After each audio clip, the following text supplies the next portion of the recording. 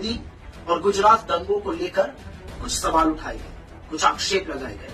उस डॉक्यूमेंट्री को बैन कर दिया गया, लेकिन ठीक 29 दिन बाद चिर परिचित स्क्रिप्ट के अंदाज में प्रधानमंत्री मोदी का सबसे प्रबल फ्रंटल इनकम टैक्स बीबीसी के दफ्तर आज इंडिया में पहुंच गया। कहते हैं रेड नहीं हुई, हमने सर्वे किया। आपने जो भी किया, आपने दुनिया को दिखा दिया कि आप वाकई में बौखलाए हुए हैं, घबराए हुए हैं, क्योंकि जो आपने किया है वो एक घबराया हुआ तानाशाही करता है।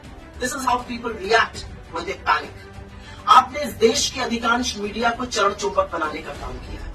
आप उनसे कहिएगा बैठ जाओ तो वो लौटने को तैयार है। लेकिन अब आपने जो बीबीसी के साथ किया है वो आपका असली चाल चरित्र और चेहरा दिखाता है। वो दिखाता है कि 22 अप्रैल 2014 को जब गुजरात के मुख्यमंत्री और इस देश की प्रधानमंत्री बनने की होड़ में नरेंद्र मोदी ने कहा था कि मीडिया स्वतंत्र होना चाहिए, मीडिया को डरना नहीं चाहिए, और अगर कभी मीडिया डरा तो मैं उनके साथ खड़ा रहूंगा। आपके एक्शंस उसके बिल्कुल विपरीत हैं। आप मीडिया के ऊपर रेड करते हैं, लेकिन कहां तक सवालों से बचिएगा? इस पूरे देश पर आप इनकम टैक्स की और ईडी की और सीबीआई की रेड करा दीजिएगा।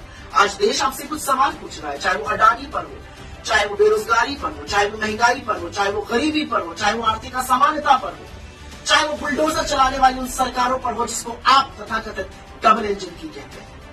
लेकिन आप पर अब मुझे तरस आने लगा है, क्योंकि आप एक बौखलाए हुए, घबराए हुए तानाशाह हैं। What you're doing, Mr. Modi, is what people do when they panic.